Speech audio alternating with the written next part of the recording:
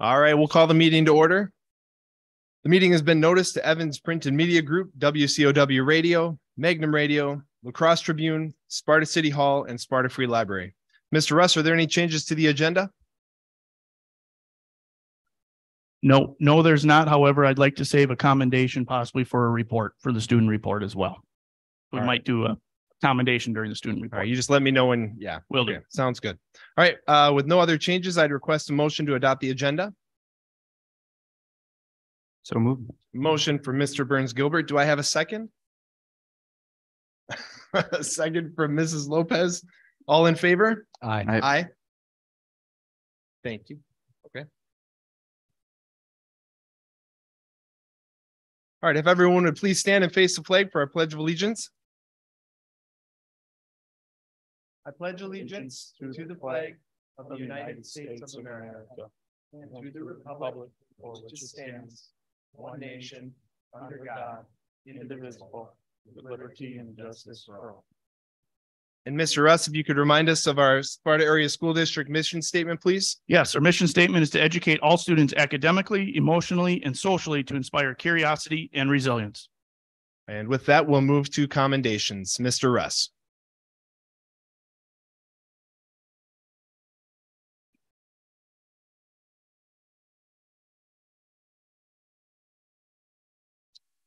First up, I'd like to invite Macy Oswald and Jean Corper.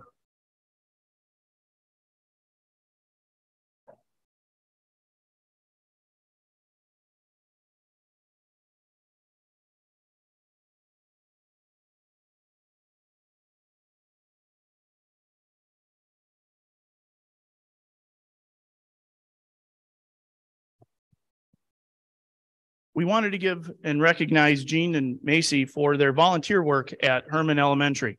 These two individuals have put countless hours of volunteering on their own time, obviously the definition of volunteering, but with smiles on their faces. So we wanted to bring forth volunteers who've given many hours of service to our district over the years, and Macy and Jean's name came to the top at this time. So we wanted to bring Jean and Macy to you for a commendation.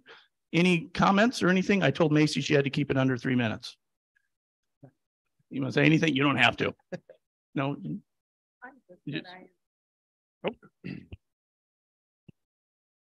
Just that I enjoy it and I'm happy to be in the classroom.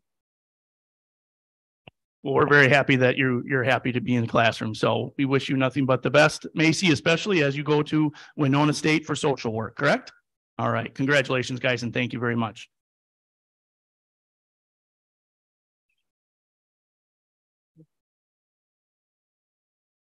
Thanks so much, Jean and Macy. Mr. Russ, go ahead. I'd like to invite Mr. Follendorf up for the next commendation.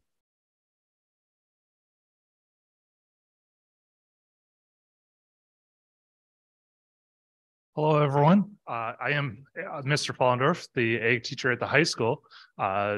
Recently, we put on an ag day at Herman Elementary, and Jaden has a few things he wanted to say about that. So Ag Day, for those of you that don't know, is when the Sparta FA goes to Herman Elementary, and we teach all grades 1 through 4 about agriculture. So we had roughly 50 to 60 FFA members teach classes, and we taught 670 students all in one day. The weather didn't cooperate the best, but we made it through. And it was a great day to show all the kids all about agriculture and let them see all kinds of animals. So Jaden, what he did is he actually coordinated pretty much this whole entire thing. I humbly have got to pass the credit off to him, because what he did is he took all the time to communicate with the teachers at Herman Elementary, get them on board, and also communicating with our FFA members, getting them ready to go. He even went down to lesson planning for all 19 different stations, wrote lesson plans for these groups. And keep in mind, he's only a high school senior. So, but Jaden Lietzow, congratulations. Thank you. Thanks so much for that, Jaden. Thank you, Mr. Follendorf. Mr. Russ, go ahead. Yes, I'd like to welcome to the stage area Laura Cole, Joan Hutchins, Amy Shanehofer, and Cindy Tessing, please.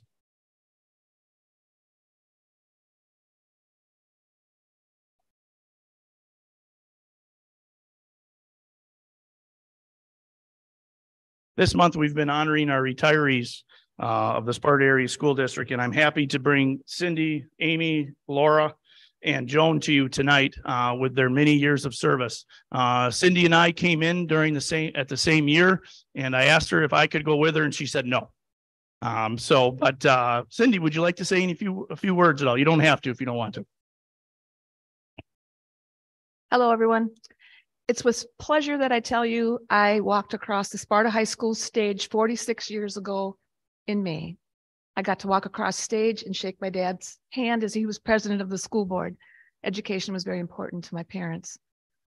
My career over 46 years has been wonderful, impacting the lives of college, university students through pre-K 12. The nutritional needs of students is very important, and they are our future. So thank you for allowing me to do my job. Thank you for everything that you've done for the nutrition team, and I wish you all the best in the future.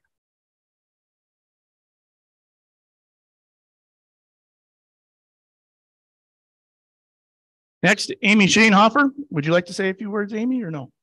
Not really. Well, many years of being a secretary with many hats, and we wish her nothing but the best. Congratulations, Amy.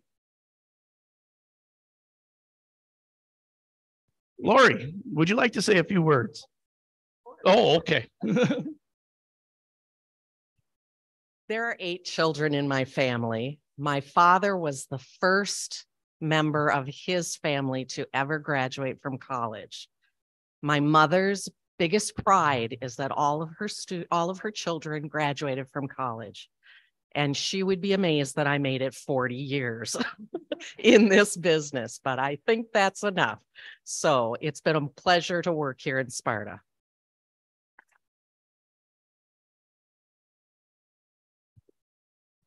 And Joan Hutchins. Joan has been the nutrition service lead at SHS. And after I left, she said she could only take it one more year, I guess. So Joan, would you like to say a few words? I was honored to have these two people right here work with me so closely, and then Amy too. But I bought Sam an apron too, actually, when he was helping me serve. I think he still has it. Thank you.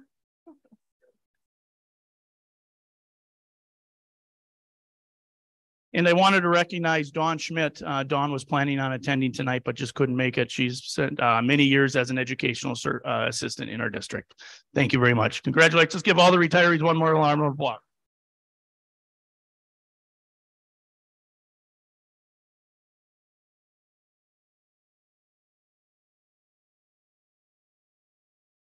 That is amazing. Thank you so much to the 5 of you.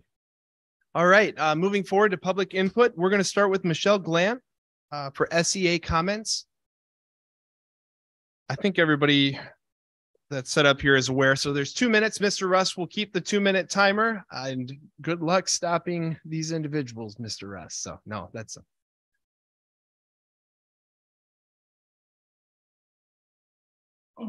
you. Please push the button so it's green. And we just ask you to speak into it because we're recording live. Good evening. My name is Michelle Glant, and I am a teacher at Sparta High School and the SEA president. I'm here tonight to speak to you about the big question of how we can improve teacher attraction and retention at Sparta. I know that this school board is very supportive of the work that the teachers of this district are doing. I also understand that the board has to be financially responsible to the community. This puts the board in a tight spot when our legislature has refused to financially support our public schools for the past decade.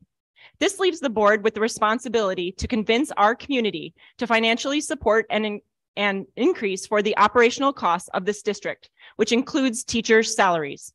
Unfortunately, that has not yet happened. Nevertheless, the SEA requests that you reconsider your final offer, and increase your proposed CPI offer from the 4.45 up to a 5.75. If we want to have quality education in Sparta, that starts with having quality faculty. This year, there were unfilled positions and underqualified people hired for positions that have become hard to fill. Here are some reasons why the teacher candidates might not be seeking our district. Last year, we eliminated several elementary teaching positions by closing Cataract and moving kids to Herman. Additionally, we eliminated the middle school EDGE program positions and moved these students to the regular ed classrooms and added our most vulnerable students to the regular ed classroom. And we overburdened teachers.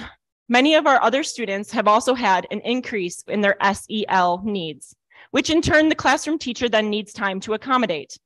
Then this year, we again reduced another 6 teaching positions, including 3 more middle school positions.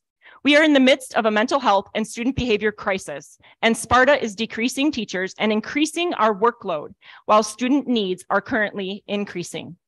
Meanwhile, at the high school, instead of having kids in classes, learning and giving their best effort, many students are in a 90-minute or even 120 minutes of study hall in their schedule. How does this put students first? Our study halls are anything but a learning environment. We have such an absurd number of students in our study halls, and in some hours, over 100 students. That is a discipline nightmare in a 90-minute block, and we have many students roaming the building daily and causing a myriad of problems. Do you want me to pass it, or do you want me to finish? So let's go ahead and pass it. Thank you so much, Michelle. Okay. I appreciate that. Miss Wissink, you're up. Okay, this isn't made for short people. Okay. Therefore, we are reducing the 2 aide positions who currently oversee the study halls. Now teachers are being asked to replace them during our prep period. This eliminates 10 of our 45-minute preparation periods per month and adds to our workload a total of 450 more minutes per month of contact hours with students. As an example, this means she will have to do her work after school, and after already staying after school 4 out of 5 days a week, almost every week this entire school year, or at least 1 hour or more. Should anyone really have to stay even longer now to keep up with their workload? Should teachers really have to work another 4,500 minutes next year or an extra 10 days just to get offered the $1,851 cost of living increase we deserve without having to work more hours? This does not even include the additional 15 to 20 preparation periods we lost to subbing this past year at another 900 minutes or 2 work days that also went unpaid this year, or the significant burden that outweighs compensation to the elementary teachers who have to take into their classroom the students of absent teachers in their grade level, or the proposed elimination of the first snow day being forgiven. Nor does it include the proposed 10 hours of faculty meetings that we will now have to attend for free next year instead of getting ACM pay that has been in the past. All told, administration has unilaterally increased our workload by 6,450 minutes or 108 hours or 14.5 days, which totals 3 weeks of additional work. So what has been done in this these numerous positions were eliminated? All of their work was shifted to those of us who remain here. And then the money you saved by doing this is called our inflationary increase. In reality, this proposed increase would actually mean that you are paying us a scant $18 per hour for the increases in workload hours alone. Oh, sorry, I'm going to finish the sentence. And therefore, we are receiving 0 inflation increase on our current salary. Thank you so much, Ms. Wissink. Ms. Milne, go ahead. Good evening. I am Kimberly Milne. I have taught in the district for 29 years. I am currently a reading specialist interventionist at Herman. So I just want to recap. The administration has increased our workload hours and class sizes amid a mental health crisis. We are dealing with a failure list that is higher than previous years, an abundance of discipline issues, too numerous to count, and skyrocketing truancy rates, all which make teaching incredibly difficult, helping more students more difficult, and reaching out to more families necessary on a regular basis. Amid all of this, some administration will have significantly decreasing workload by at least 1/3 or more by adding 2 new administrative positions. One would think that if the administration is taking teachers to work longer and harder for less money, they would do the same. Instead of spending the $300,000 it costs for 2 additional administrators, we could have used the money to pay the teachers an additional $300,000 toward our CPI instead. Especially in the light of the huge increases to our teaching workload that the administration has unilaterally instituted. It is really no wonder why the morale is so incredibly low, and teachers are exhausted and frustrated with the profession and with this school district. I can't believe I'm saying that after 29 years, but I am. The proposed increase of 4.45% on the base wage, which is not even our actual salary, is only a 3.5% of the current average teacher salary here in Sparta. This is unacceptable. Our district can do better. The district administration continually Ms. asks. Milne, just one moment, just one sec. Mr. Resser, I'm going to let her finish. Okay. Thank you, Mr. Schulze. I greatly appreciate you. The district administration continually asks what they can do to attract and retain teachers here, which is a significant problem here in Sparta. Decisions like increasing our workload, changing our health insurance, dropping our established providers, increasing our copay, increasing our out-of-pocket expenses, as well as increasing our premium by 10%, and then imposing a 3.5% CPI on the average teacher salary when CPI is at 8%. This is what is causing the attraction and retention problems and brings us only further away from ever resolving them. In light of all of this, we hope that you will please reconsider and increase your current offer to our proposed 5.75% CPI on the base, which is still only a 4.6% of the current average salary. We have to do better here in Sparta. We all would welcome any conversation with any of you board members at any time. Thank you. Thank you. I'd like to thank the 3 of you for that.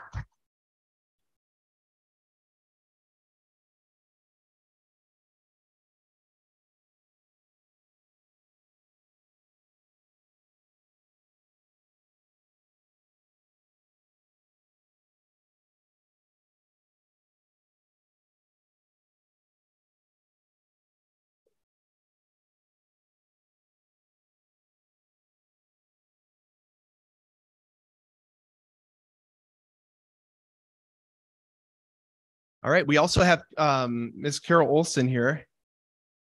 Carol, there we are. Okay.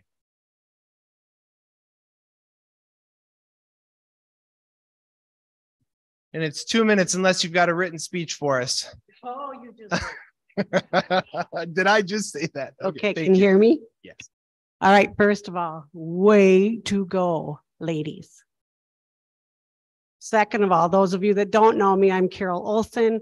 I'm a retired teacher from Sparta High School. As I sat and listened to these ladies share, that's why I'm here. I have no cards in the playing field anymore. But I live here. I have grandchildren that will go to school here. If things continue the way they are, maybe not. That's just a fact, Jack. Okay. I don't know how to say this any differently, but from pre-K all the way to the high school, we have discipline issues. I'm not pointing the finger at anybody, at administrations, at teachers, but it is reality. So with the reality of the overload that you're asking these teachers to do, that's nothing compared to what they go through daily with these young people who do have mental health issues. I think you have to take that into account. I have a daughter-in-law that told me today, she's taught here 10 years. I about flipped. You're kidding me. And I can tell you in the last 4 years, she does not come home with a smile on her face. If you don't think that's a travesty, then you shouldn't be on the board because it's a travesty. She loves children and she loves to teach, but somehow the love and joy has left her. And a pay raise? Oh my God, that would be fabulous. This isn't a pay raise, people. And I realize school is a business. I get it. We own a business, but I don't think they're asking for the moon. Not for all they do. And if we want to talk about teacher turnover, let me tell you this. We have turnover rate because they don't feel appreciated. And second of all, we don't even have enough people to help these young people. They come in green, right? They're happy. They want to teach, but they don't have time to get help from anybody else. Not fair to the veteran teachers, not fair to our newbies. Please consider it, okay? Again, I'm retired. It's a great profession, but it isn't anymore in Sparta. Thanks so much for that, Carol.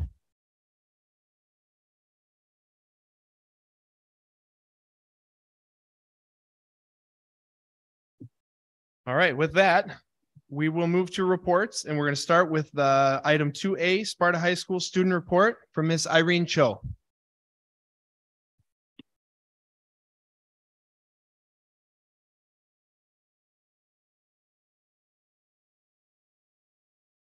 I'm more nervous than I thought I'd be. Oh, don't be at all. You're just fine. No problem. Thank you. Good evening. My name is Irene Cho, and I'm here today on behalf of Sparta High School student body. Firstly, I'd like to thank Superintendent Russ for asking me to present today. His support throughout these past 4 years has done more than I can express for both me as a student and as a young adult. I believe something that has always defined our high school is our ability to come together. From pep rallies to dodgeball tournaments, there truly is no student body with as much spirit and pride than our very own Sparta Spartans. It is my belief that this stems from the close-knit nature of our school and our town as a whole, and this year could not be a more clear example of that. When I spoke to Mr. Ford last week in preparation for standing in front of you tonight, we kept circling back to a central theme. He described this year as a year of support, and I could not agree more. As individuals, many of our students now face challenges no one our age should have to battle. We've been robbed of some of our most talented and compassionate students our school's ever had. But our students have shown the strength of our support for one another.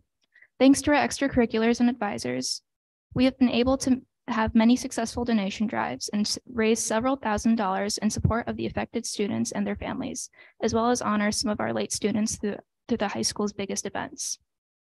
In my entire high school career, I can easily say that our student body completely exemplified the Spartan way this year.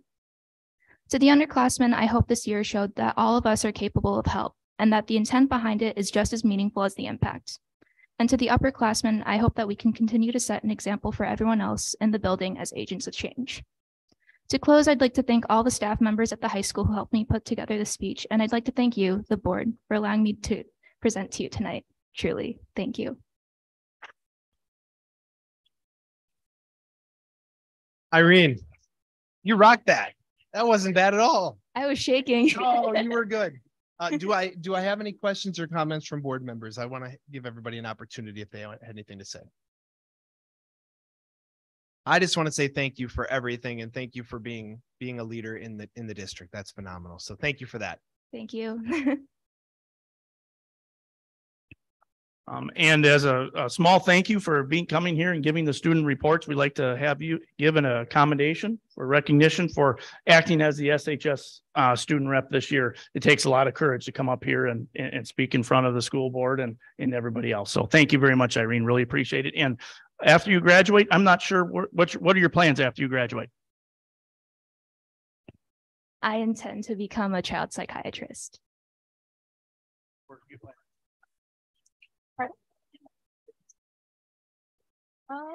Not yet. Not yet.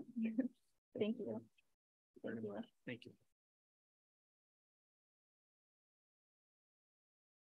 All right. With that, we'll have Miss Angie Frost for the SASD Health Services report, please.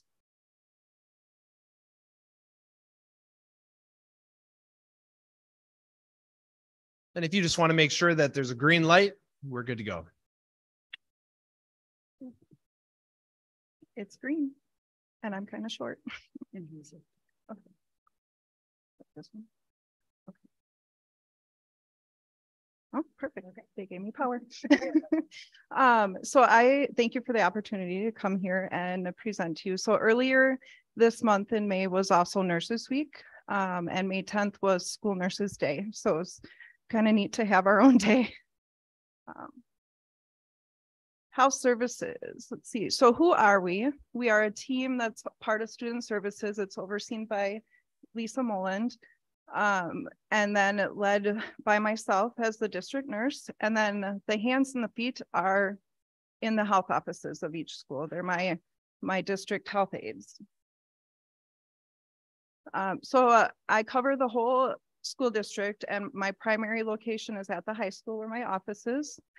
This is my 5th year in the district, and I have 16 years total of nursing experience and 19 in healthcare. So I do have one health aide with me tonight, Sandy Foster. She's my right-hand lady at the high school, and this is her 6th year at in the health office. And then we have Jenny Arnold. She's at Southside with pre-K and kindergarten, and this is her 5th year.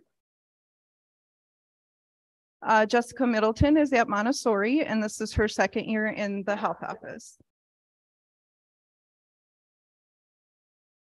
At Meadowview here, we have Miranda Schaller and Cassie Huntington just joined us this year. Miranda is in her 3rd year with us. And at Herman, we have Hannah Bray and Kristen Schendel.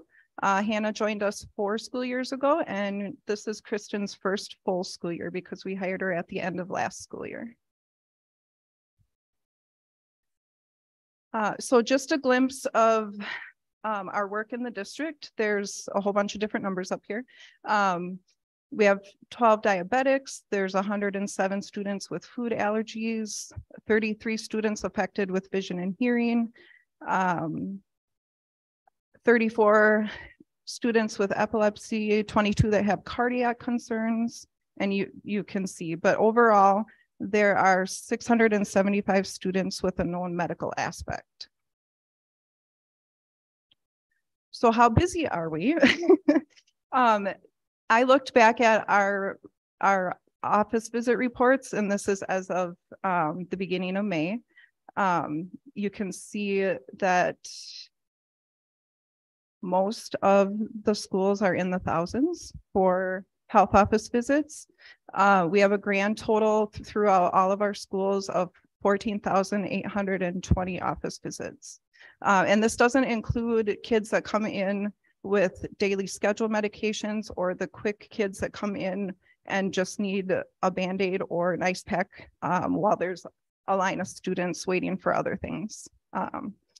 And top reasons for students coming in were headaches and stomach aches, which I'll put a plug in for the mental health concerns within the school, because those are physical symptoms of mental health concerns, temp checks, and then our diabetic checks. This just gives you a picture of all the different avenues that school nursing can be involved in, from physical education, health class, working with the school counselors and the psychs, nutrition services, teachers, family engagement. There's a whole tons of components to that. And then real quick, just a little snippet about 5 ways that school nurses benefit schools. Healthy kids are healthy learners, so it can help increase attendance. Academics, healthy learners pull out good grades, and they're ready to learn and in the classrooms. Time, a school nurse in every building that saves principals an hour a day, teachers at least 20 minutes a day, and clerical staff, who are also my right-hand ladies, almost 45 minutes a day. We can help contribute to staff wellness and accountability for students being in school. And that's my last slide. So tough enough to be a school nurse and crazy enough to love it. I think I had a bigger presentation put together, which I think Mr. Russ put on board docs, so you can peruse that and get a little bit more information about what I do. So thank you for letting me be here. Thank you so much for that. We really appreciate it. Everybody good? Great. Item 2C, Mr. Skylar Erickson. Cammy, are you coming up too? And Ms. Cammy Schneider. Oh, okay. Hello, I'm Skylar Erickson. I direct the musicals at the high school as well as help direct the show choir. So I'm here to give our end of the year theater report. All right, so we just finished up Little Shop of Horrors in April. We had 3 days, but we did 4 shows within those 3 days. It was a huge success, which I'm going to talk about here. So in just those 3 days, we sold over 1,600 tickets. We also did a survey too, which we'll have more information on later, just about coming from people who are resident here or people who are not residents. So we have a whole thing about that as well. We were nominated for numerous jury awards and also won some jury awards too for the show.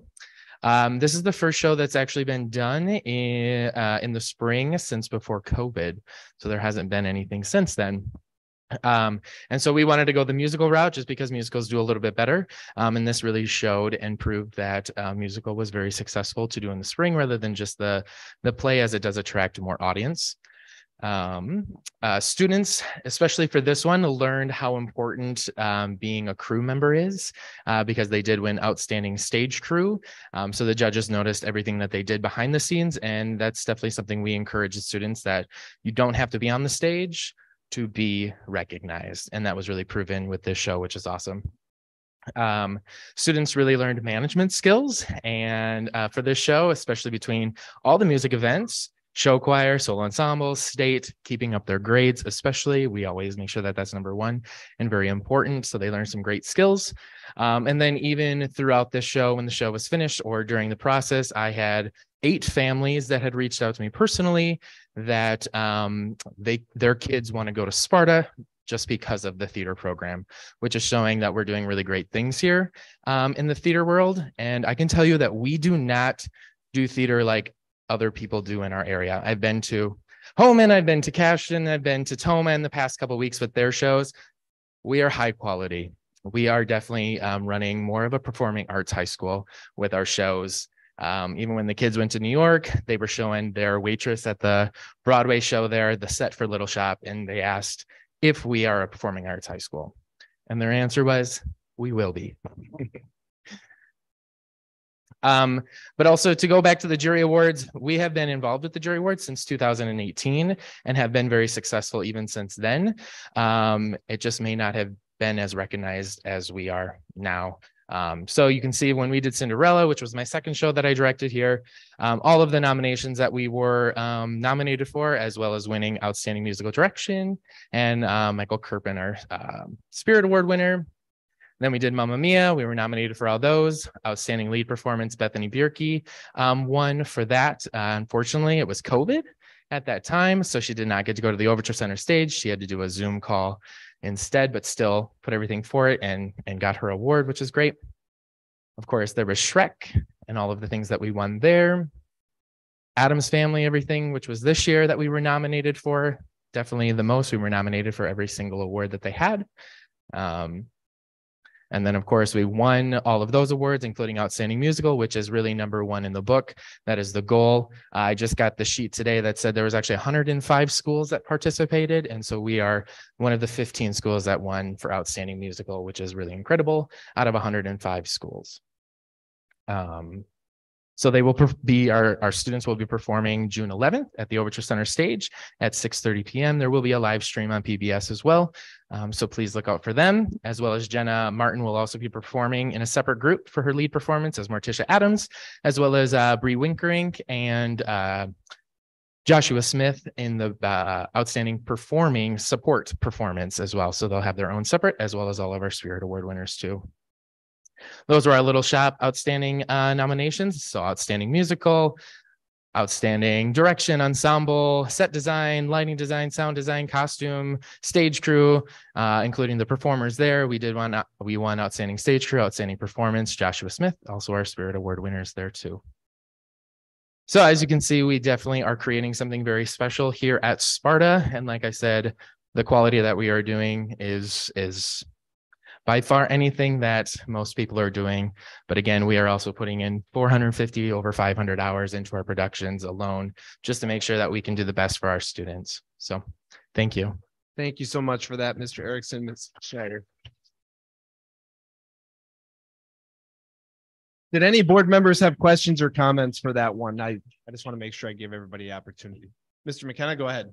I do. Yeah, don't run away. Not so much a question as a comment. This is not a world I live in.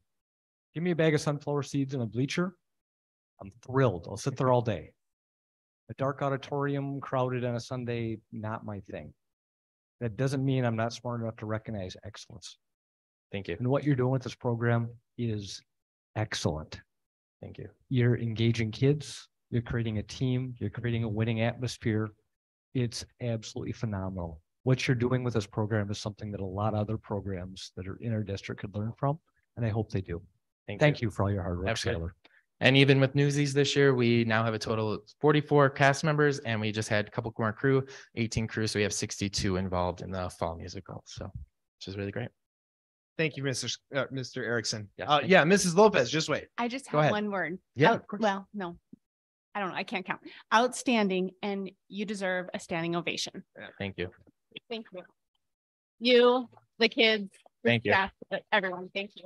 Thank you so much.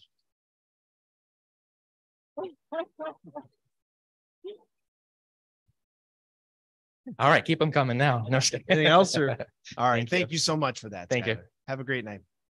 All right, with that, item 2D, the Sparta High School co-curricular budget report, Mr. Blaha.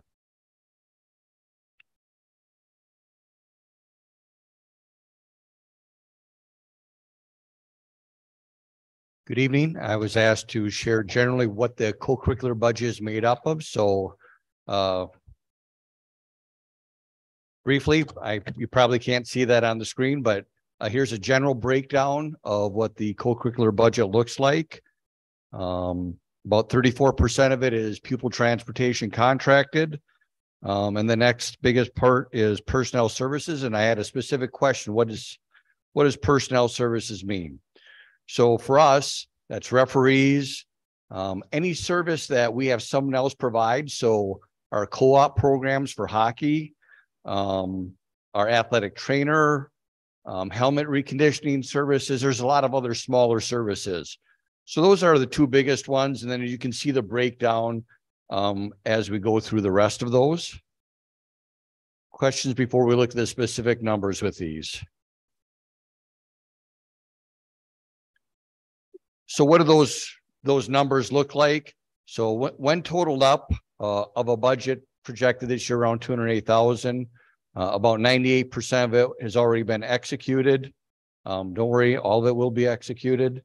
But that kind of gives you the finite breakdown of each of those. Pending your questions. I just have one question. Go Mr. ahead. Blaha. Yeah. Apparel is 6,243. Did we purchase uniforms this year, or is that some other type of apparel? So it is. So uniforms, probably we had about 30,000 uniforms, but most of those were donated. So we did buy boys tennis. We do buy some replacements. So gymnastics, their numbers went up, so they needed a couple. Sometimes it's just as simple as socks or any clothing item, but we did buy a couple sets of uniforms. Boys tennis was probably the biggest. Oh, okay. Thank you very much. Further questions or comments from board members? Thank you very much. Thank you. All right, with that, Mr. Russ, we will do the Sparta Area School District Facility Assessment Report.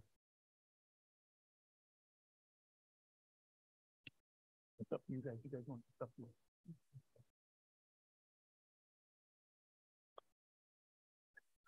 Well, we're here tonight to begin our first, just a brief overview of our facility assessment. I just want to set the stage a little bit. Back in February, we contracted with Bray Architects and Market and Johnson to continue this route of facility assessment and master planning. This is not the final product. Clint Selly is going to go through some information with the presentation about where we're at, but leading up to this, we've had a lot of stakeholder engagement. We've had some staff engagement. We've invited staff to come in and speak with us. We've had staff surveys. We've had some community outreach. We had Soup with the Soup, which we had quite a few people there, and we had a tour of SHS, and we had quite a few community members there, and we had a roundtable dialogue. More surveys. We surveyed the students. We surveyed the families. We surveyed the community. So a lot of groundwork that's laying before we start to really get into the final product. Every other week, we also meet with Bray and Market and Johnson to come up with updates, to talk about some things, where we're at with the progress. And in a little bit, Clint's going to tell us a little bit about his findings about what we're going to move forward. Our tonight's goal is just to give you an update on our progress as we plan for the next steps. There's going to be a timeline up there, but we're looking at July to give our final report to the board. But this is just an initial. We're going to highlight the auditorium tonight because we're going to make there's an action item tonight that may be taking place about the auditorium. So we're going to highlight the auditorium specifically, but really nowhere else. Tonight, I want to be clear what's tonight is not. You will not see any conceptual designs tonight. Okay, so we will not say, hey, we can do all this, we can do all this. We won't hear costs. If we want to add this, if we want to add that, that's not what we're doing here tonight. We're here to give you an update about our progress and just to fill in the board and the community about where we're at. So with that, Clint.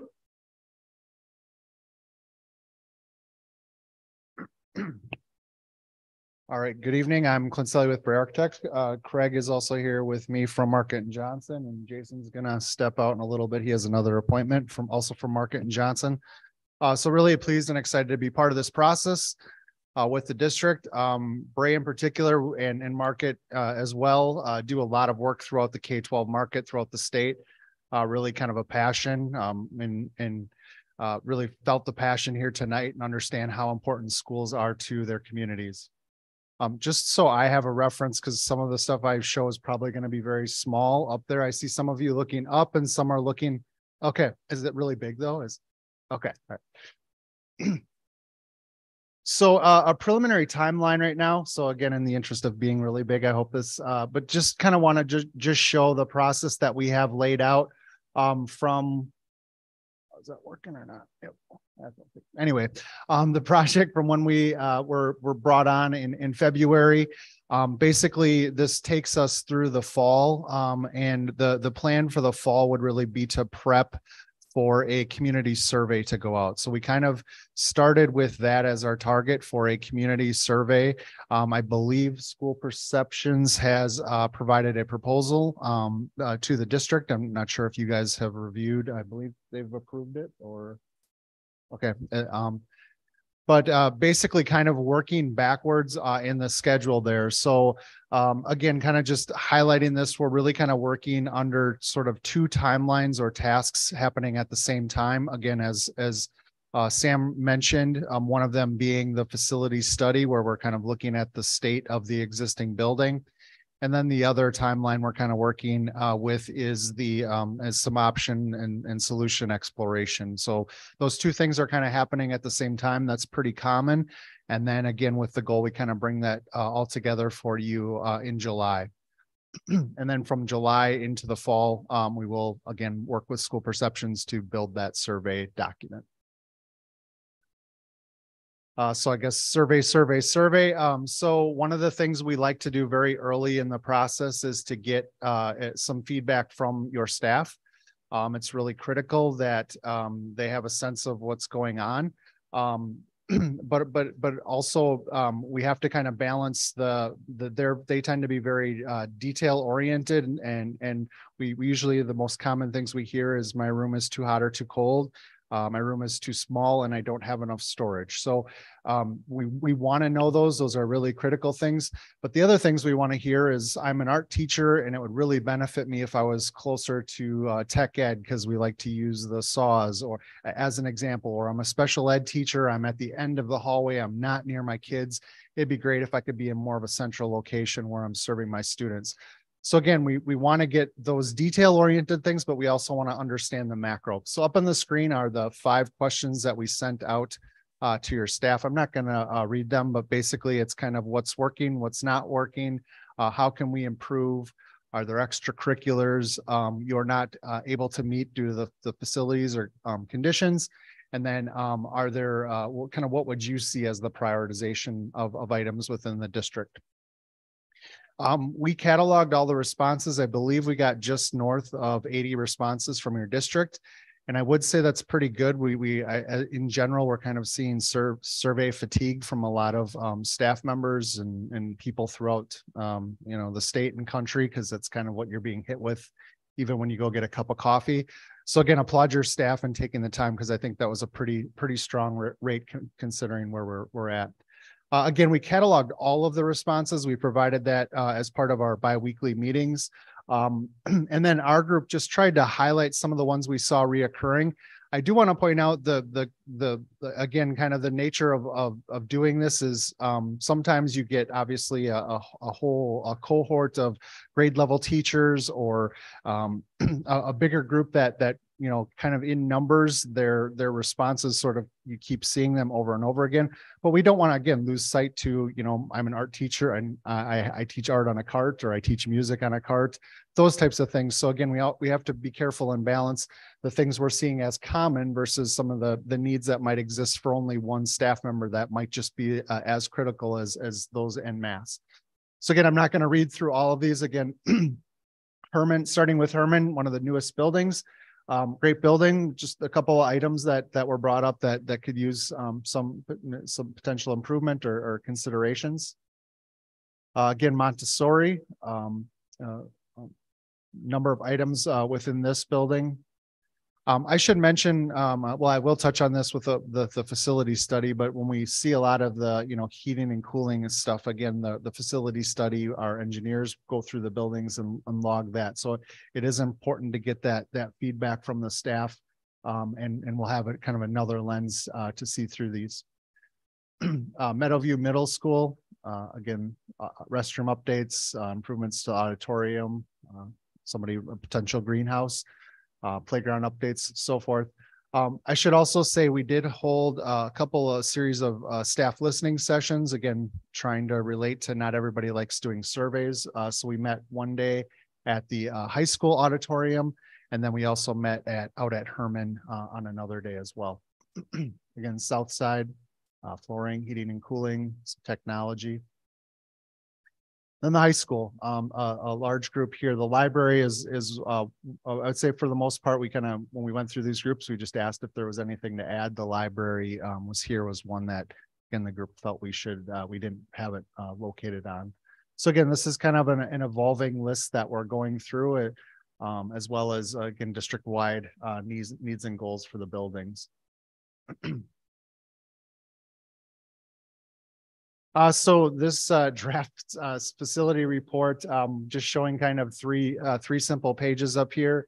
I believe this will be posted on the board docs, kind of the draft that is available at this time. I will say it is very much a draft. So please know that there will be a lot of parts and pieces missing. But just wanted to give you a couple images up here, specifically kind of the middle image and the one on the right, just showing that the idea behind this document is it's hopefully very immersible for those that don't understand construction or buildings. There's a lot of graphics included in it, and just a simple scale of good, fair, poor as far as an assessment of things. So we like to think that, again, somebody with no knowledge of buildings can open the document, interact with it very well. But if you have someone like your buildings and grounds director who needs more information and wants to know what age the boilers are and what the specific recommendations for some things are, that detail is also included in it. So again, we hope it's a document that benefits the community and district as a whole, as well as a planning tool into the future.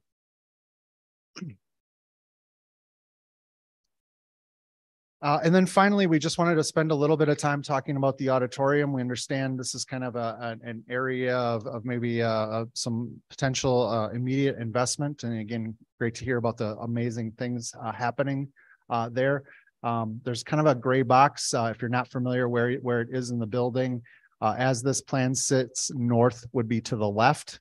So the auditorium again is kind of on that north central part of the building. Again, internally, we've talked about some of the goals or potential needs for that facility. Again, updating the AV and lighting, which again, you're working through right now. Potentially looking to provide a orchestra pit as part of a renovation type project. Expand the seating. Again, great to hear the wonderful things. So let's get more people into these productions. Expanding the stage again, so they have more space and are able to continue to do great work. And then also expand what I'm calling the back of house space. So the dressing rooms and storage and set building type facilities that right now, again, they do a great job with the limited space they have, but truly it is limited space. So the first thing I'm just going to share again, Bray Architects and Market, we've both been extremely fortunate to do a lot of auditorium work throughout the state and been very fortunate to do a lot of renovation type work where, we would take a space that needs help and give it second life and create a really great new space. So as we look at the potential for an orchestra pit, there's a number of different ways we could go about it. In the traditional sense, and it's nice that we're sort of here, but in a traditional sense, an orchestra pit would be lowered a full floor level so that the performers are well below the stage. A conductor can be down there. There's kind of a sound panel in the front so the sound can emanate out into the audience. It's a great facility, but the challenge with it is you need two ways to get out of it. So two different stairs and then also accessibility. So basically a full elevator to access that pit. Trying to incorporate that in an existing building can be done, but it's a very, very significant project. There's, footings and foundations that would need to be re-supported and those types of things. So an approach that we've seen happen on a number of projects. This is just two examples. On the one on the left, you can see there's kind of a white line on the stage, and that actually represents where the pit is. The black cover there is a removable cover, so the pit exists below that. Similarly, the image on the right, you can see kind of the tan or wood wall in the front. The pit in that case is located right behind that. Both of those pits are kind of this similar style pit. Again, probably a little bit difficult to see. The image in the middle is kind of the one I want you to focus on. That's kind of a cut through the building. So you're sort of taking a slice through the building and looking at the result. What we do in this case is we try to recess the floor of the pit such that when the performers are in there and they're seated, their heads are not visible. Because if you can imagine right now, if we had a pit here, all of the heads would be visible and potentially distracting. So we want to have them up front, but we want to sink them down a little bit. So this is a strategy we've utilized on both new auditoriums and also specifically on renovation auditoriums as a way to kind of create a hybrid approach where we don't have the full pit, which again, from a cost and practicality of construction within an existing building is very difficult.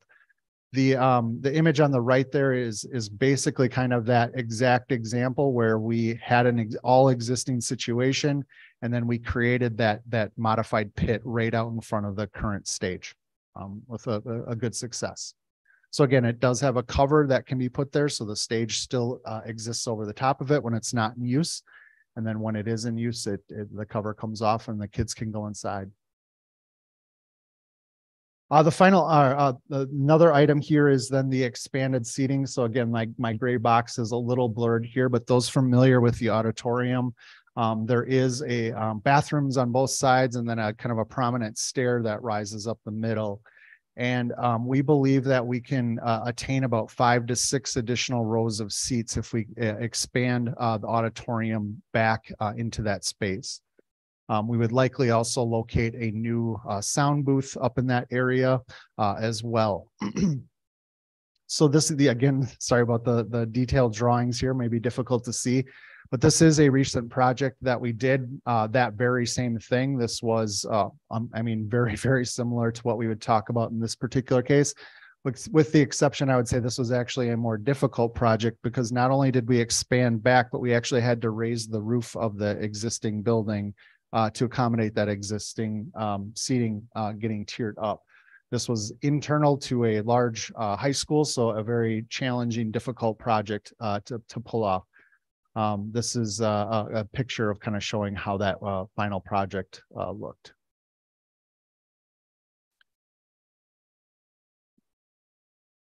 The other area then is just in improving the performance area and kind of the performer experience for the facilities. So right now you have a stage depth that if we were to build a new auditorium, or it would probably be pretty similar to that. And then the width of the stages can be defined by the spaces on the side. There's storage and dressing rooms and so forth there. Again, very small, they're doing great work with very limited and small spaces. Our concept right now is that, again, the band and chorus spaces are also have some challenges and probably could use update or a relocation to somewhere else in the building. So our ideal is that would be perfectly suited as a back of house space where we would create dressing rooms, set construction, additional storage, and really free up the ability to expand the stage out into those side areas and really create a stage, again, that would be virtually identical to what we would do as an existing facility. Again, just showing a couple quick pictures. This was an auditorium that we fully updated and refurbished in Port Washington. This one is up in Denmark. This actually was a high school cafetorium that we turn into a dedicated auditorium space. Again, great results. You'd never know. If I showed you the before picture, you'd be pretty amazed. So again, I could show you pictures all day, but in the interest of being brief, that will cut it off there. Thank you so much. Any questions or comments from board members at this time? Yeah, I got one. Go ahead, Mr. Wells. So when we went back to the high school slides, well, just in general, are those numbers in any particular order? Like I know we had weight room, auditorium, whatnot. Are they in any particular order? No, they were not. No, okay. No.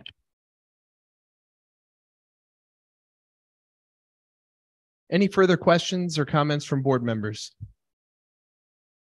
Thank you so much. We appreciate the time. Oh, go ahead. Go ahead, Mrs. Lopez. I do have a question. Yeah. Within the existing structure, is there availability to have all of those things, expanded seating, a choir pit or a chorus pit rather, and the extra back of house within our current framework, like within our current walls? Yes, I think the provision there is then we have to move the choir and band. So whether we build that new as an addition or whether we find some space within the high school that can accommodate that. But yeah, sorry, I'll move back out. So these didn't give us this option or that option. I mean, I know we're not getting options tonight, but sure, this wasn't a visual of you could have this or this or this. Within the framework that we have now, we could potentially have all. Yeah, we believe we can accomplish all of those goals within the framework you have. I think this is showing the potential for an opportunity at, maybe an upcoming facilities referendum that we should continue to talk about. So. Yep, and I did have a meeting with Main Stage. We have a great relationship with them, do a lot of work, understand you guys have spoken to them. And so we kind of, talked over some of the challenges here, what their involvement in the district was. And again, I think both sides feel the existing space has a lot of potential to, again, have that kind of second life, allow for expansion, allow for some of these additional amenities to be added within the current structure. Any further questions or comments from board members? Thank you so much. We appreciate the time. Craig, you didn't have anything to say? Craig was just here to look good or what? Good guy. All right. All right. Item 3, consent agenda. I'd ask all board members to take a look, review the items on the consent agenda, and then at that time, entertain a motion to accept.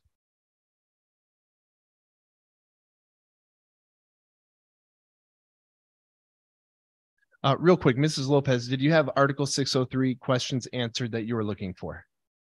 Yes, thank you. Okay.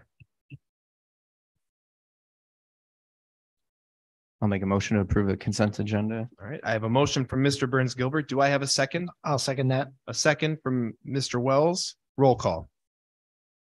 Mr. Sholzy, Yes. Mr. McKenna, Yes. Ms. Lopez, Yes. Mr. Wells, Yes. Ms. Barron. Yes. Mr. Burns Gilbert. Yes. Motion carries 6-0, 1 absent with Mr. Hendricks. Item 4A, discussion and possible action to move forward with renovations to the Sparta High School auditorium. Mr. Russ. All right. Once again, I want to thank Bray and Market and Johnson for helping us through this process. It's very important. I just want to highlight a couple things from that facility assessment. I know Mr. Schulze said if, a possible facility referendum, if we start to do some certain things, for instance, relocate orchestra, pit orchestra, blowing out that back wall, we would not have enough in our traditional budget as of right now. We would not have that option. So I just want to add that as well. So a referendum would need to happen. So, some auditorium updates in the past. This is the same slide that was brought to us back in April, about a month and a half ago. At the time, the board decided to wait until the facility assessment process was going forward. And now is the time I think we can start making some opportunities or making some decisions if the board wishes to move forward. Just to review, the total cost of new audio, visual, video, curtains, and wiring would be about $480,000. We do have this budgeted in Fund 46, if that's the will of the board, if they wanted to go that way. And so through this facility process, talking with Bray and Market and Johnson, as long as we don't blow out that east-west wall and expand to the south or toward where the steps are, the renovation, the sunken cost would be very little, according to what we have found, about $7,000 only to rewire.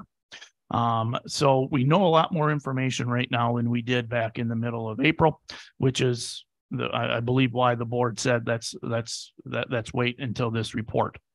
So we did have the report, and knowing that we talked to a lot of stakeholders, we've talked to, we have some ideas, nothing set in stone. But if it is going to be the administrative recommendation and my recommendation that we move forward with this project, and that doesn't pigeonhole the board either to say, hey, let's blow out that east wall and make it 1,000 seat. Because right now, if we blow out that back wall, 5 to 6 rows. So we're talking 100, maybe 100 seats and that sort of thing. So it doesn't pigeonhole you. It just, it narrows the focus potentially to say, okay, we're going to keep that current envelope. Okay. I just wanted to bring this slide back and say that it is my recommendation that we can move forward with this project, knowing more than we know now at that time. All right. At this time, I would entertain a motion. We're going to discuss this, but I'll entertain a motion to move forward with the auditorium updates, not to exceed $480,000 for audio, visual, video, curtains, and wiring. I'll make that motion paid for funds set aside in Fund 46. All right. I have a motion from Mr. McKenna. Do I have a second? I'll second that. I have a second from Mr. Burns Gilbert. Do I have any discussion on this topic? Yeah. Go ahead, Mr. Wells. The additional seats, does that cover, because I think one of our main goals is to make sure that we could fit our entire student body. Is that feasible with the additional, as Bray put up? They have not, that's too detailed right now, and that would be adding about 180 seats, and that, 5 or 6 rows, that probably wouldn't do that. If we have a pit orchestra, that means we're bringing out potential, once again, conceptually bringing out things to reduce that assessment. So I would say that probably would not hit. I don't have a number. 800, that I do not have. But right now it's at 650, I believe. Further discussion or comments on this topic? Hearing none, roll call. Wait. Oh, go ahead. Yeah. I guess go I ahead, do. Mr. I do have McKenna. one. Yeah. Simple audio visual stuff makes sense. If we're looking at changing the size of the stage, does that impact the curtain at all? We would have to make sure. I don't think so, because we could probably buy that curtain. I would ask and adjust and adjust at that time. Once again, if we start to move some walls and that sort of thing, we're talking 3-4 years down the road, we might be able to resell that curtain if needed. But we also have more information about what the possibility is. So we might be able to say, hey, this sound simple. Let's add 15 feet on each side so we know what we're doing there. So that could be a possibility as well. And I would say I've got Mr. Erickson and Ms. Schneider nodding. Can you come to the mic just for a sec? I mean, we have you here. We might as well utilize it. We should bring it. So as far as a curtain, I mean, is that something we need to discuss a little further, or what?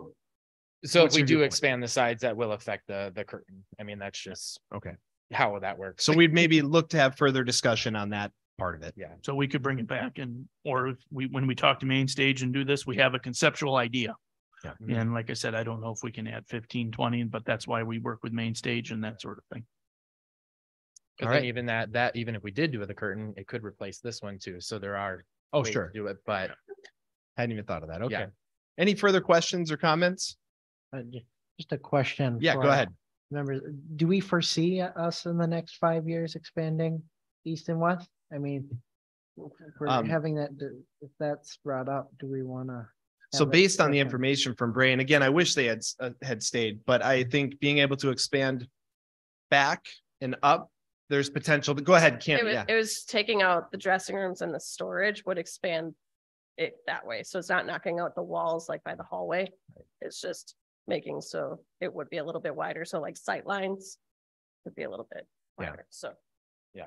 Were you talking about the east-west walls to, Yeah. I'm going to say 1,000-seat auditorium? Yeah, Or that's what you were talking what about. I meant. Yeah. So 'cause I the think- east-west main walls. Because I think our goal, and it would make it efficient on the teaching side or whatnot, you know, we're promoting SEL and all these other things, and that could be very well done in the auditorium. So when it would be more efficient for everyone to have those to have a good chunk of those events in the auditorium, and maybe having enough seats in there could be a possible. Yeah, and I absolutely, and I would say what that is that's that further referendum discussion, right? When we look at a facilities referendum and the opportunities that we have as a district as a whole, that'll be a really important conversation topic to have. When we had those discussions with Bray and Markin and Johnson, if you blow out one of those east and west walls, you're almost better off by building a new auditorium. It's that big of a to do. So, but once again, because the board says if they say yes to this, doesn't mean that future they can't blow out that east-west wall. But know that if they blow out that east-west wall, there's more cost to rewire and that sort of thing. Thank you very much. Appreciate that. Thank you. All right. Ms. Margren, roll call. Mr. McKenna, Yes. Ms. Behrens, Yes. Mr. Schulte, Yes.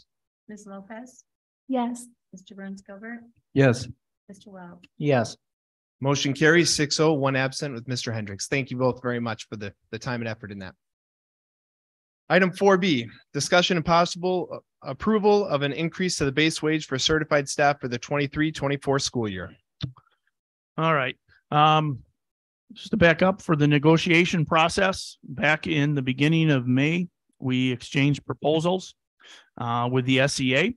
Had a very good, it was a quick meeting. I believe it was 7 minutes. The Board of Education proposed 4% to the base, which is the starting salary for a teacher with no experience and no education, and the top left of the salary scale. And the SEA, its initial proposal was 8% total to all the wages. We swapped proposals, and then we met again on the 18th, last Thursday. We moved into closed session, and the Board of Education proposed 4.45%. And the SEA countered that with a 7% to the base wage. We talked, we had, once again, a very good meeting. Our relationship is very strong. We wanted to make sure that that continues. And then both sides agreed that we were at impasse. So we came out of closed session. We announced that we were at impasse, and now the Board of Education has the decision to make to the base wage only in regards to that. You have some decisions. We can, the board can enact a base wage increase.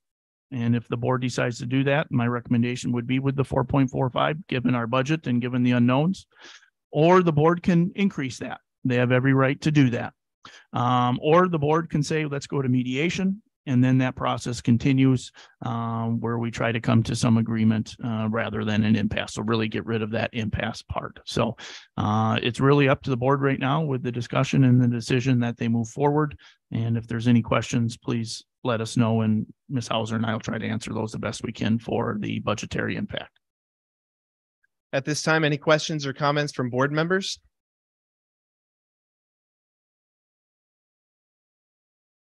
Mr. McKenna, go ahead.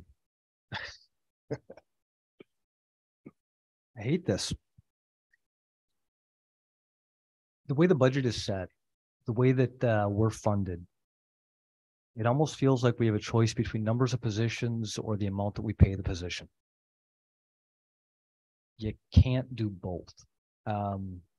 Heating, lights, gas, and buses, they're set. You can't adjust it. Sorry. Yes. Is that better? Sorry. I'm thinking as I say things. All right. I feel like we either have a choice of numbers of positions or the amount that we pay the positions that we have. The other things, heat, lights, gas for buses are set fixed expenses that we can't make them go away. I think universally through multiple conversations I've had with people in closed sessions, conversations I've had personally, phone calls, we all want to give you guys raises. We want to pay you more than we can afford to pay you. The timing of the state budget it's a disaster. I've never seen a business that has to function under a way that they set a budget before they know how much the budget is. That makes no sense. I believe that you guys deserve 8% CPI. I also believe that if we gave you 8% CPI, we have to lay off, not the right word. We have to reduce more positions. And that's going to make things harder on you. That makes this a really, really tough call. You're right. Everything you said, Michelle, was 100% on. We're in a mental health crisis. I don't want to reduce one position.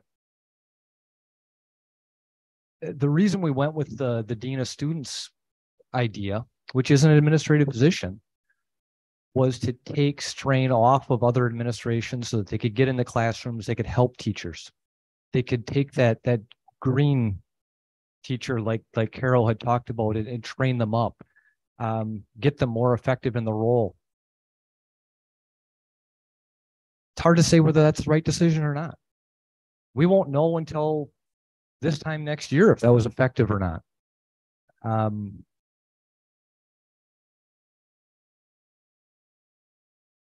I didn't go into this wanting to give 4.45%. I think you guys deserve 8.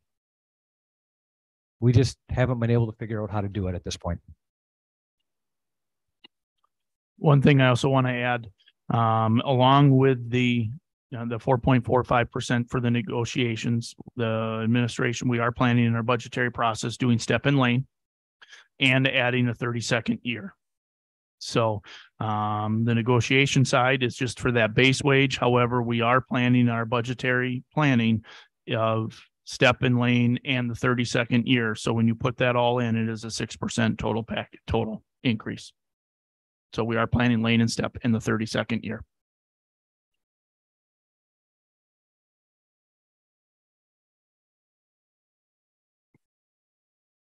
Ms. Hauser, can you tell me what the budgetary impact is between 4.45 and 5.75%, please?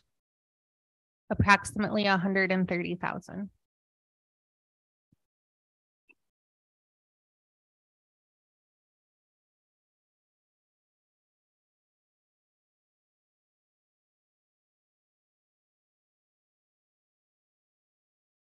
Mr. Burns Gilbert, go ahead. Yeah. Yeah, I'm torn on this too, because I think, I mean, we can't fix public education in Sparta, Wisconsin in one board meeting, right? You all should get, everyone at this district, I think, should get what, 50 grand a year, 60 grand a year. Like that's where my head goes of how can we support our people? Because the reality is if whatever minimum wage type of stuff would have kept up, it'd be a lot closer to that for everybody anyway. But I think Mr. McKenna has hit the nail on the head to me. Like this is the issues that are pinching us on the top end are the issues that we're going to have to do this twice as much more next year when ESSER money drops off for, what is that, $2 million roughly. We've done a good job of trying to use that for things that aren't ongoing operations to lighten that load, but that cliff is coming. And the fact that we've been under a freeze for the last 2 years, and we've had what 10 years worth of Miss Hauser's video that she sent out was really helpful. I don't know if y'all watched that, but that was really helpful. Basically showing us how the legislation is, because we were spending wisely in 1993, we are currently pinched with what we're able to do now because of that formula.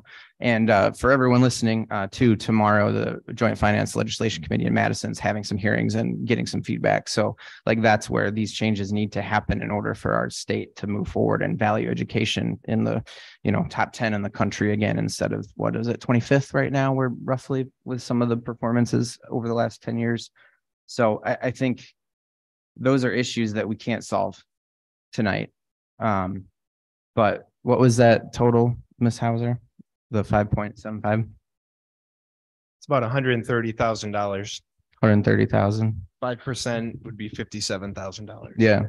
See, and I come back to that too, of we were sitting on this stage, was it last month or the month before, talking about SEL, and we could have done we asked for 150,000 for that to explore options from universal curriculum to behavior coaches to intervention coaches to people to help with some of the behavior pieces, and knowing that we went with behavior coaches to then give more to this 4.5 offer, right? Like that's what we're doing right now. We're playing those games and it sucks. But I think knowing that piece, knowing that we tried to raise that rate to keep the people that haven't left in a better spot. And that's still, again, not enough, right? It won't be enough until, well, we'll get there eventually, hopefully in our lifetimes, right? But I think that's part of what I'm struggling with, of all of these cuts are coming at the same time that all of these costs are rising for the district from the healthcare perspective, from, right, the fixed costs are rising, right? The healthcare, the benefits, the staffing, those are things that will not go away or ever go down again, right? So once they're approved in the budget, the base wage in the top left cell, versus if we're taking that to all positions, that means our budget, it balloons exponentially in a couple of years. And now we're doing things we also don't want to do with more cuts that we would set ourselves up for.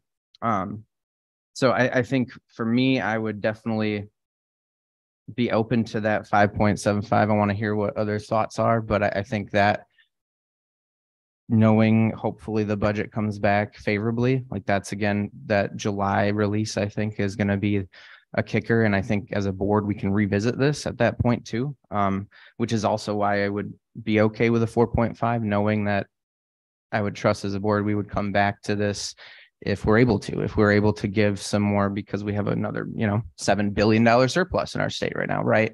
If we're able to give more recognition to the employees that have kept our students and our community afloat, especially over the last few years, right? I think we have that obligation to do it. But I think if we do that proactively before the budget comes back, then we might set us up for more issues down the road than we potentially want. I remember 2 years ago was the first budget cycle, and we did this, and I think we budgeted conservatively, and it still came back a little bit lower than what we thought, and still had to make cuts. So if we go up again here, and then that comes back in July, then we're going to just be back to doing this more cuts in August. So just trying to play out that timeline there.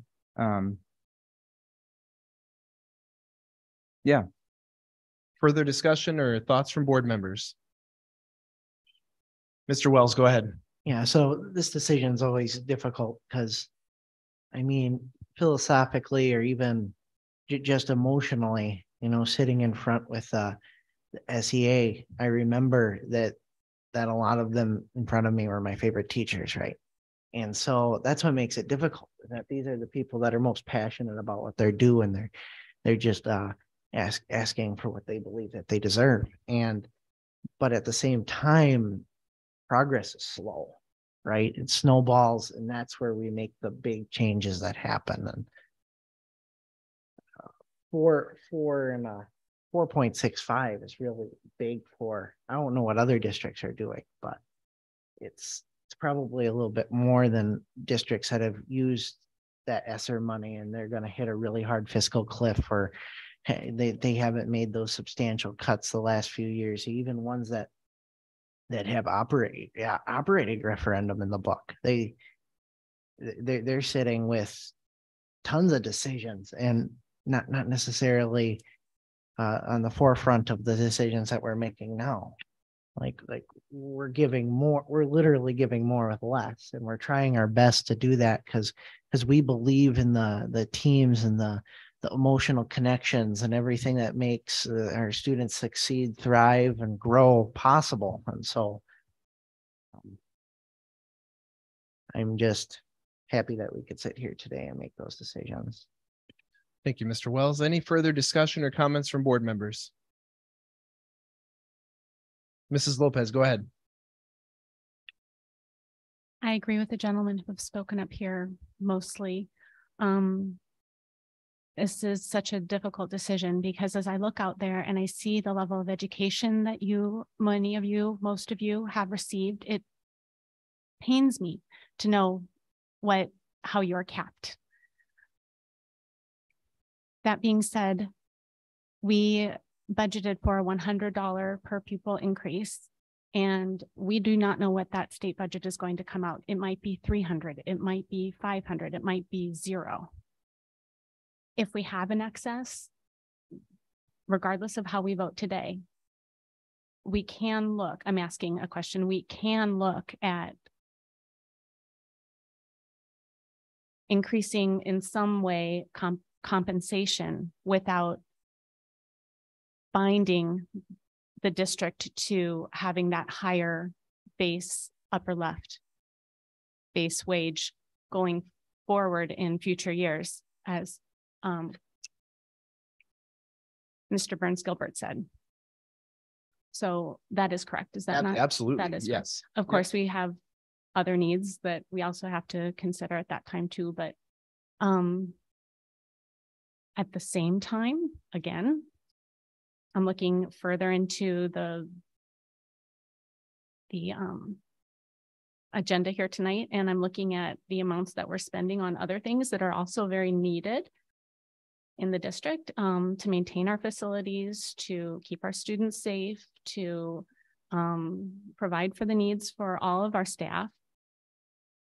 It's a lot of money, and $130,000 doesn't seem like that much in comparison. Any further discussion from board members?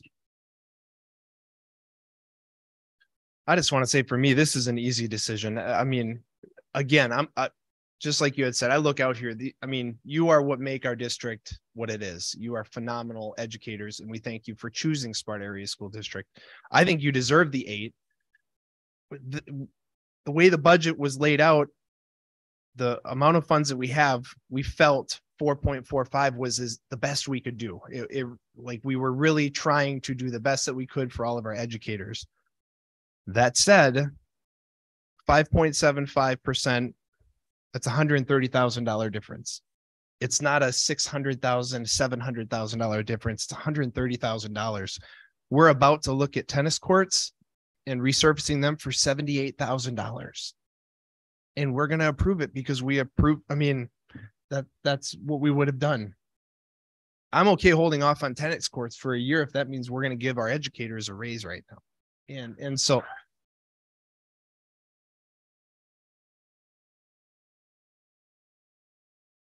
with that said, I would support Mr. Burns Gilbert in the 5.75 I think we can find the 130,000, you guys. Let's take care of our educators. So with that, I would entertain a motion to approve an increase to the base wage for certified staff for the 23-24 school year at a rate of 5.75%. I'd happily make that motion. I have a motion from Mr. McKenna. Do I have a second? I'll second that. Whoa.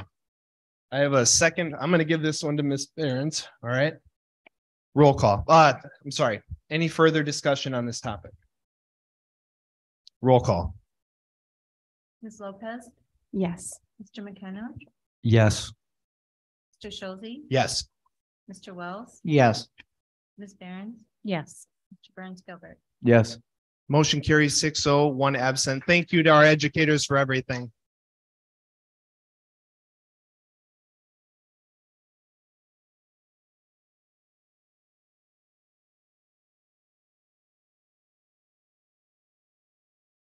Thank you for everything you do as educators. And I apologize for not getting you the 8, but thank you for being willing to negotiate back and forth and know this is in good faith from us.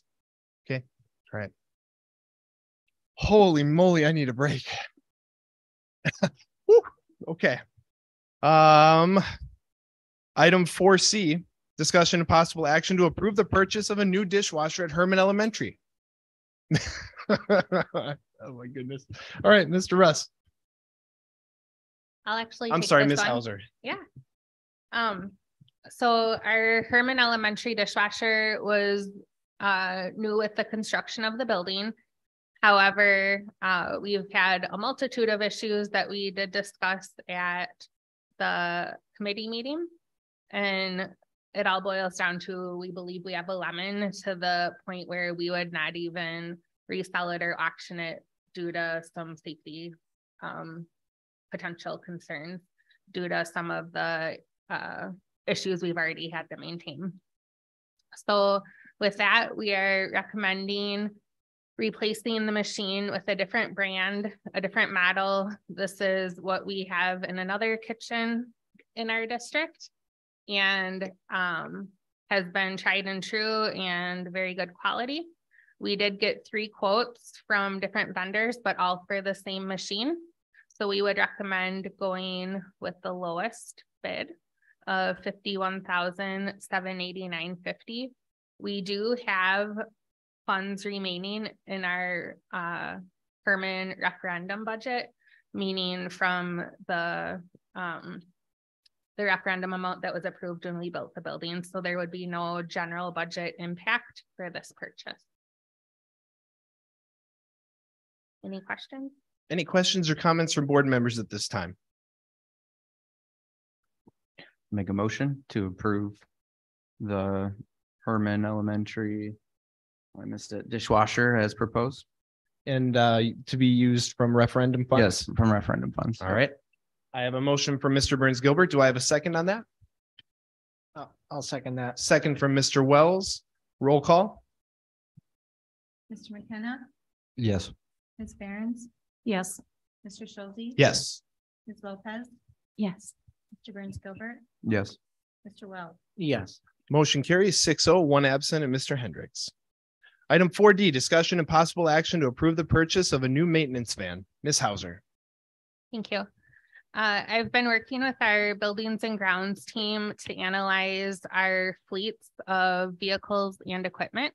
And in looking at our vehicle fleet, we had 3 vans that we do not believe that we need due to just based on the current needs within our district.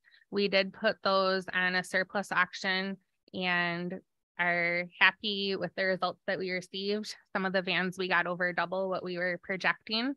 So we collected over 30,000 of revenue from those 3 vans that were really just sitting idle throughout our district.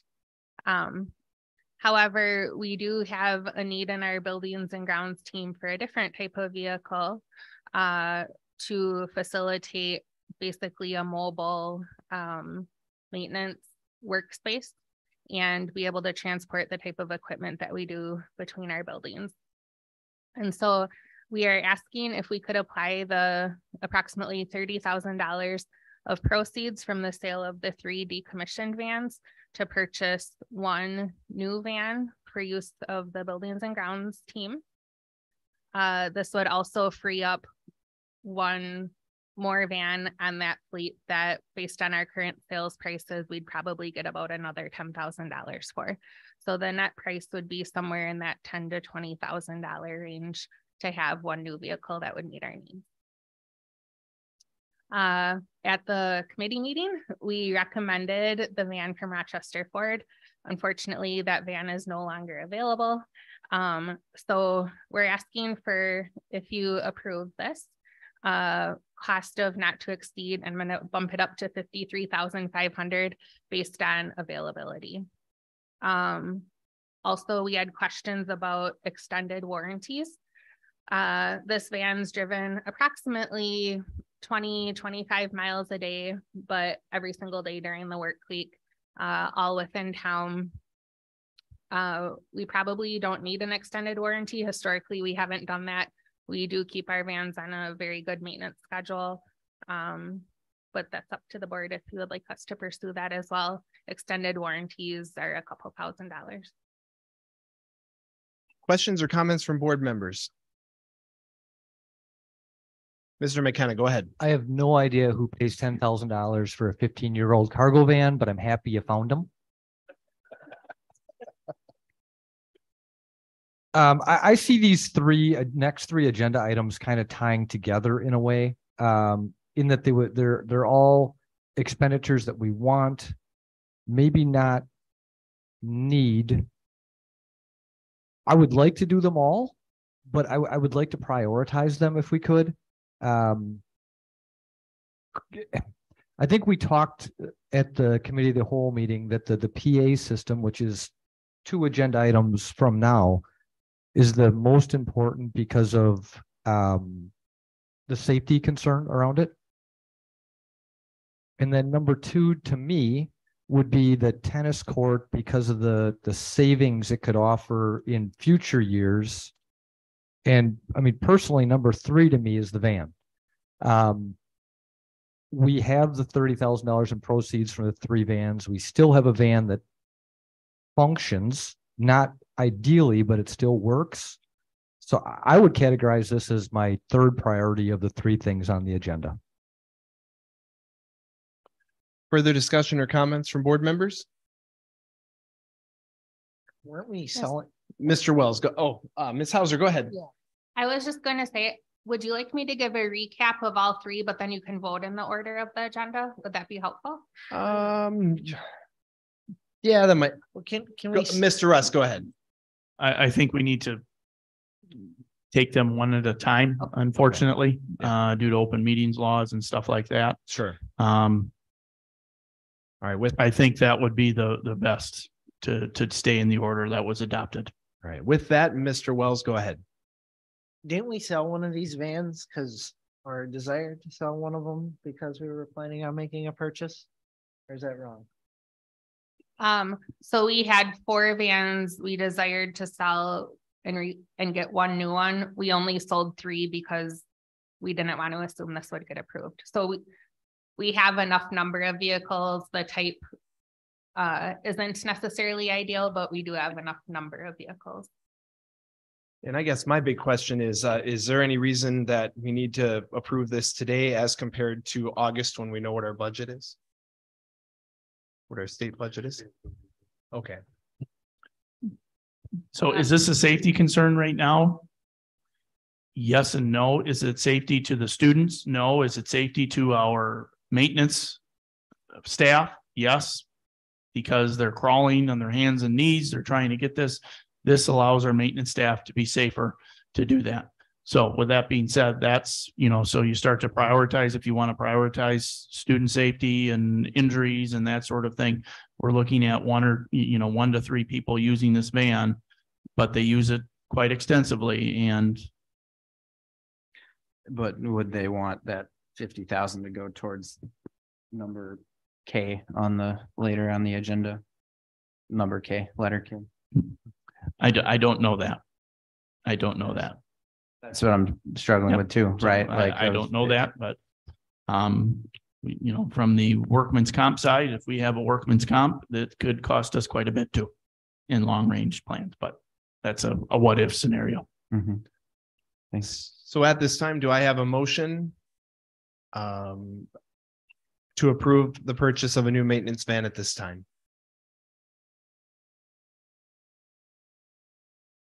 Hearing no motion, we'll move on to item 4E. Item 4E, discussion and possible action to approve resurfacing of Meadowview's tennis courts. Ms. Hauser. All right. So for the tennis courts, we went through a process approximately 5 years ago to attempt to extend the life versus a total replacement. At the time, we believed that would get us approximately 3 to 4 additional years. We have been able to make it 5. The risk we run of pushing this off more years into the future is that the solution would no longer work, and we would have to do a total replacement, which would run much more. So in essence, what this is doing is, and I'm going to simplify it, but taping the cracks and redoing the paint and the top coating. There is only one company that is widely used by school districts for this purpose. There used to be more, but they've discontinued this service. This is the same company we used 5 years ago with good results. So this is who we would recommend going with. And the current, if we did need to replace totally 7 new courts, would be at today's price, $400,000 to $450,000. Discussions or questions from board members at this time? Mr. Burns Gilbert. Oh, I'm sorry. I saw your hand on the button. So he looks okay. He's good. All right. Now my feeling on this, when Mr. Russ and I spoke about this, I was against it. I had just gone to a tennis match, spoke with a parent from Holman, and they said, wow, your tennis courts are phenomenal. Ours are really in rough shape. And I was like, oh, all right, this is great to hear. And then it came up as an agenda item. And I saw Sam and I went back and forth about, I'm sorry, Mr. Russ and I went back and forth about it. And the goal is to keep it that way, to keep it good, to keep it in proper condition, and to not let it fall apart. So I did change my thought process on this, and I would be in favor of this, because if we wait, it can turn into a much, much larger expense. And $74,000 is a lot of money, but it's a lot more money if we start letting our facilities fall apart. So with that, I would entertain a motion to approve the resurfacing of Meadowview's tennis courts. I'll make that motion to approve the surfacing for Meadowview's tennis courts as written. All right. I have that motion from Mr. Wells. Do I have a second? I'll second. Second from Mr. Burns Gilbert. Any further discussion on this? Go ahead, Mrs. Lopez. The way I look at this is that we have this is supporting the kids as well. This is supporting those co-curricular activities. I believe, is Mrs. Russ still the tennis coach for girls? For the women's side, yes. Yes. And we have a thriving program there. When my son was in high school, I think there were maybe 7 boys on the team or something. He was one of them. The wrestlers came over. Anyway, we know what happened over to Sparta High School when we did not take care of those tennis courts.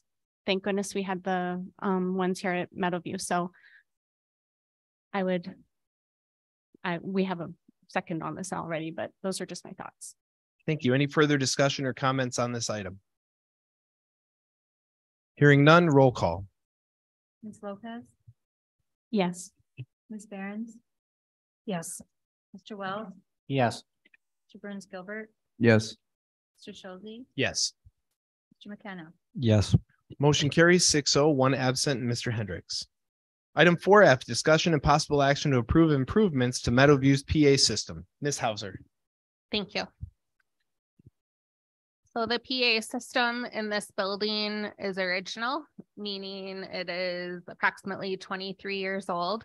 and we are having some performance and reliability issues, including with coverage areas and volume, and even the ability to do some different programming and things like that. And so this has been on our long range plan for quite some time. And we believe, due to the importance of a PA system in building safety and security, that it is time to adjust the system. We did attempt to get 3 different quotes. We received 1 quote from Banco, which Banco installed the Herman PA system and last year redid the high school PA system. We also have worked with them to update all of the other PA systems in our district. And so there would be a great deal of benefit from having the same service provider district-wide. Additionally, they were the cheapest. Sound and media solution came in nearly double the price. And then CEC, we had an appointment with them to do a walkthrough and they were a no-show. So we do not have a quote from them. If there are any specific questions regarding the PA system, Mr. Stearman is here and has been involved and can help with that as well. Any questions or comments from board members on this item? I think the note for the additional year warranty is new since the committee meeting. Is that correct? Yeah, that was a question that came up at the committee meeting because we're reusing the wiring, and there was question about what assurances we had with reusing that wiring. Do you see value in that? Mr. Stearman, if you could come, to a microphone, that'd be great. Thank you. So the extra $1,000 for the Banco quote does not cover the existing building wiring. It covers the new speakers that they're installing and the new head end that they're installing. So the existing wiring would not be covered. That being said, it's low voltage wiring. It's not network cabling and it's not high voltage power cabling so much as you wouldn't necessarily after 20 years replace every piece of electrical wiring in a building. This wiring should be good as well for at least another 20 years.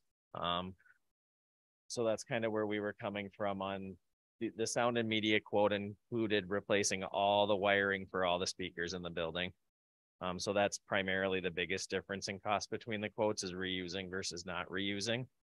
And then as far as the warranty goes for Herman or for Meadowview, it would come with 1 year. So we would have the choice to extend that for an extra $1,000 and we can make that decision next year. It doesn't have to be done today.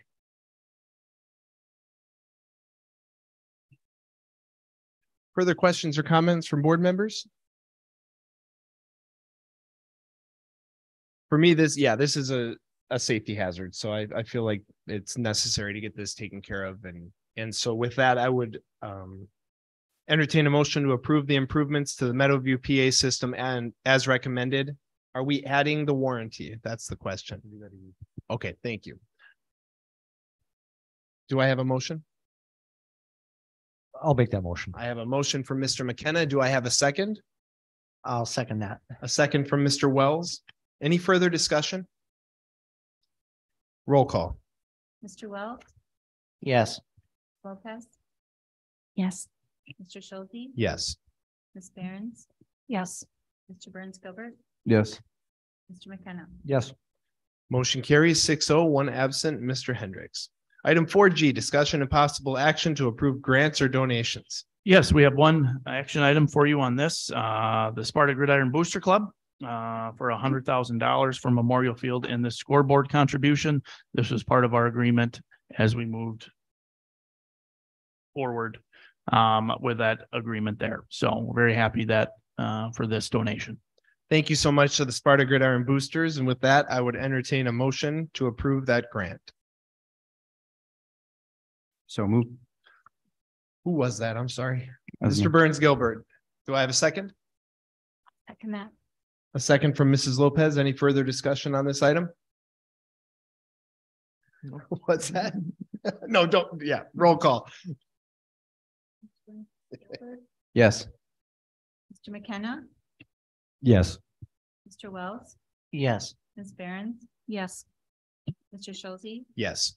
Ms. Lopez. Yes. Motion carries 6-0, absent. Thank you again to the Sparta Gridiron Boosters, Mr. Russ. And for your information, I want to thank the 4 donors for additionally giving some donations. Box Top for Education, First Sergeant Ricky Merritt and Kimberly Merritt, Box Tops for Education again, and Trinity Lutheran Church for their donations to the district. And thanks so much from the Board of Education for all of those donations. Mr. Russ, item 4H, announcements and information. All right, a lot of excitement going on in the district. We got field trips, we have graduations, we have all sorts of stuff. So last week we had a Sales and High Point graduation.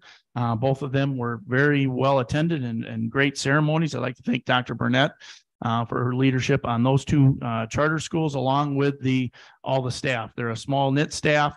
The students are very tightly knit as well, but very great celebration, those 2. Sparta High School's graduation is on Friday at Memorial Field. The weather is looking great for 7 o'clock. Then we don't even need our fingers crossed because there's 0%, Mr. Ford, correct? There we go. So, and if you're interested, we're looking to put the construction of the first graduation stage and chairs on Memorial Field. We're looking to live stream that on Thursday as well. So you can see construction as we go, looking at 8 o'clock. We're trying our best to do this 8 o'clock to 5 o'clock. So you can see the construction, and maybe we'll fast forward and do everything that everyone else does with those fancy construction things. So anyway, very excited about that, but a lot of field trips, and I know the kids are very excited for the school year to be done. I know the staff are, but it's also an important time for our kids where it gets a little bit more difficult because they're not going to be seeing the trusted adults. We're a district of poverty. So our kids get that love and that care, both the basic needs and that extra, along with that academic journey that we're taking them on. So very exciting end of the year, but it's also a scary time for some as well. Some board agenda meetings, goal and objective workshops, June 6th, LMC. We had a great discussion, I thought, last week. And then we have the committee of the whole and full board meetings on your screen. Thank you for that, Mr. Russ. All right, item 4I. Discussion and possible action to move to closed session pursuant to 19.85, parent 1, parent C, parent E, parent F, for the purpose of 1, considering employment compensation of administrators, classified staff, and middle management staff, and 2, employment, promotion, compensation, or performance evaluation data of any public employee over which the governmental body has jurisdiction or exercises responsibility. Do I have a motion? I'll make that motion. All right, I have a motion for Mrs. Lopez. Do I have a second? I'll second.